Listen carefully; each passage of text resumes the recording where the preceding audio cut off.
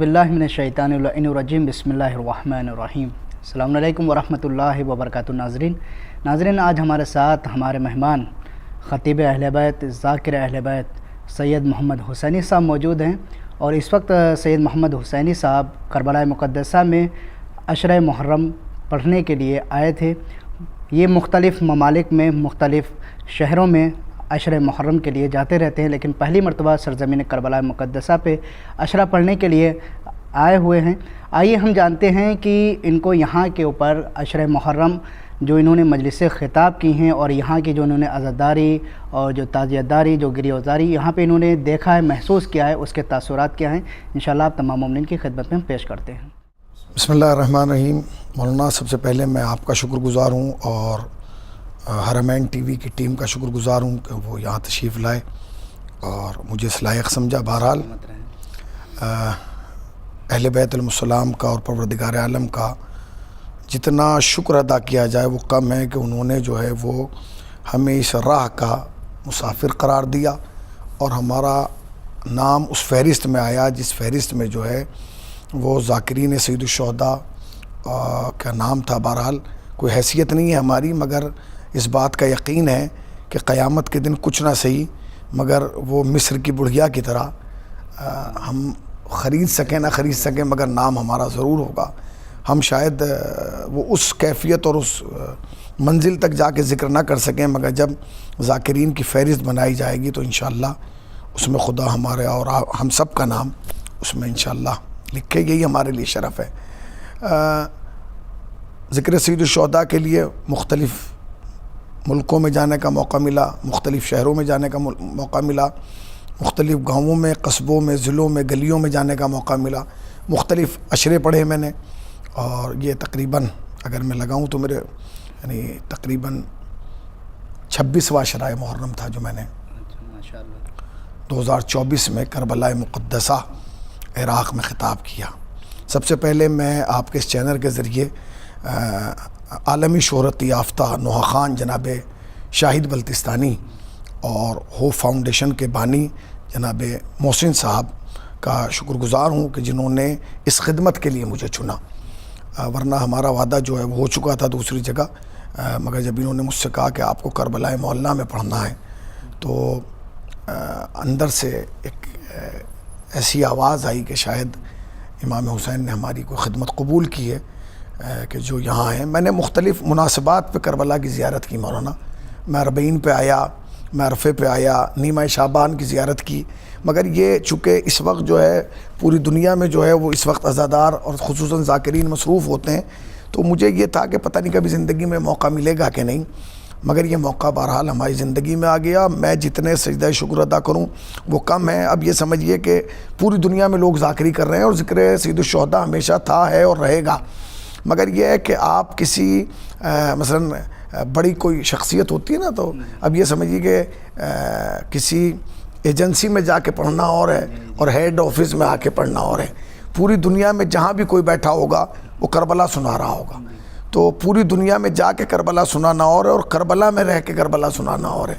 आम मजलिसों में तशरीफ़ ला तो पूरी दुनिया में जहाँ भी अज़ादार है वो ज़िक्र सैयदुश्शुहदा में मसरूफ़ था, है और इंशाअल्लाह रहेगा, ख़ुसूसन ज़ाकिरीन। और मैं यहाँ इस करबला मुक़द्दसा में बैठ के दुआ गो हूँ कि परवरदिगार आलम तमाम ज़ाकिरीन की ज़ाकिरी और सामीन की हाज़िरी को अपनी बारगाह में कबूल फरमाए। तो पूरी दुनिया में लोग करबला सुना रहे हैं, तो पूरी दुनिया में करबला सुनाना और करबला में करबला बैठ के सुनाना और है। आप मजालिस में तशरीफ़ लाए, मैं आपका शुक्रगुज़ार हूँ। तो मेरे दिल की जो कैफियत थी वो मैं शायद बयान नहीं कर सकता, और बिलखुसूस जूँ जूँ तारीख़ें बढ़ी हैं आशूर की तरफ तो एक अजीब व गरीब कैफियत थी।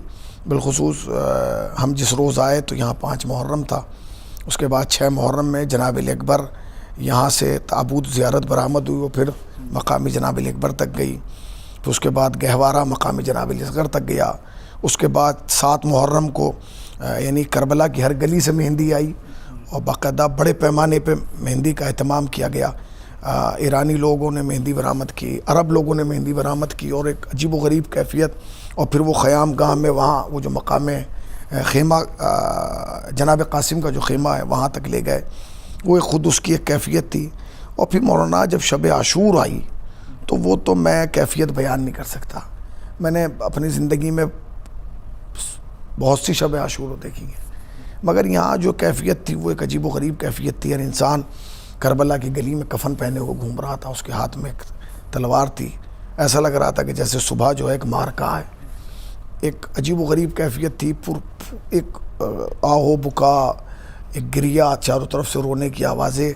اور اس کے بعد صبح نماز صبح کے بعد جو لوگوں نے یہاں قمازنی کی، خون کا نذرانہ پیش کیا، اس کے لیے حرم میں اتنے بڑے پیمانے پہ اہتمام، اور باقاعدہ وہ خود ایک حرم کے لیے ایک بہت بڑا، یعنی جسے کہا جائے چیلنج ہے. اتنے لوگ چونکہ تقریباً لاکھوں کی تعداد میں یہاں لوگ تھے. اور یہ بھی ایک کمال تھا کہ جب ہم یہاں واپس آئے حرم سے تقریباً 7:30 بجے، تو عجیب و غریب کیفیت تھی. اور جب 10:30 بجے یہاں سے گئے تو لگ ہی نہیں رہا تھا یہاں کچھ ہوا ہے. یہ خود مولانا، یہ ایک یعنی اتنا بڑا سسٹم چلانا، یہ بھی مولا کی تائید کے بغیر نہیں ہو سکتا. اور پھر اس کے بعد شام غریبہ میں جس سڑک جس گلی سے گزرے تو بچے بچیاں مرد عورت سب سڑکوں پہ جو ہیں وہ چراغاں کر کے بیٹھے ہوئے ہیں. اور اس کے بعد پھر ایک کیفیت. تو کربلا کے عاشور کی اور کربلا کے محرم کی ایک اپنی کیفیت ہے. اور بہرحال دنیا میں کوئی بھی خطیب کہیں پڑھتا ہے تو مصائب سے پہلے وہ یہ کہتا ہے کہ میں تمہیں چلو کربلا لے کے چلوں. تو جب پوری دنیا کا خطیب یہ کہہ رہا ہے کہ چلو کربلا چلیں، تو ہم تو کربلا ہی میں تھے مولانا. ہمارے سامنے بھی کربلا میں تھے، ہم بھی کربلا میں تھے. تو ہمیں یہ کہنے کی ضرورت نہیں تھی.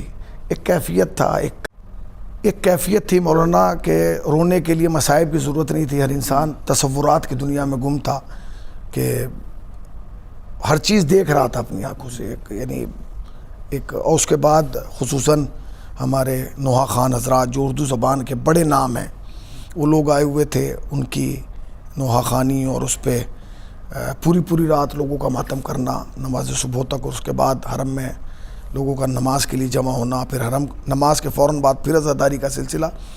تو یہ یعنی یہ سب دیکھنے والی چیز نہیں، محسوس کرنے والی چیز تھی.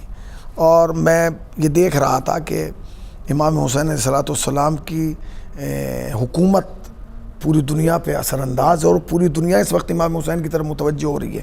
یہاں صرف آپ تعجب کریں گے کہ یہاں صرف شیعہ نہیں ہے، اہل سنت محرم کرنے کے لیے آئے ہوئے ہیں. بڑی شخصیات محرم کرنے کے لیے آئی ہوئی ہیں. بڑے لوگ، بڑے افراد، اور سادہ طریقے سے گھوم رہے ہیں. وہ افراد جن سے ملنے کے لیے، جنہیں سے مسافے کے لیے لوگ لائنوں میں لگتے ہیں، وہ ان گلیوں میں ایسے ہی گھوم رہے ہیں. یہ صرف امام حسین کی محبت اور امام حسین سے الفت اور مودت کا جذبہ ہے کہ جو ان کو یہ سکھا رہا ہے کہ تمہیں پروٹوکول ختم کر کے ایک سادہ اور ایک عام زندگی. آپ خوش نصیب ہیں مولانا، آپ یہاں زندگی گزار رہے ہیں، آپ تشریف لائے. میں پھر ایک مرتبہ آپ کا شکریہ ادا کرتا ہوں تہہ دل سے، اور دعا گوں کہ پروردگار عالم آپ کی اس خدمت کو، بالخصوص آپ کو پوری دنیا میں جب بھی آپ کا تعارف ہو تو اسی زمین سے اور امام حسین کے حوالے سے ہو. یہی سب سے بڑی دعا ہے. میں پھر ایک مرتبہ آپ کا شکر گزار ہوں اور دعا گو ہوں آپ کے چینل کے ذریعے سے کہ پروردگار عالم ان تمام عزاداروں کو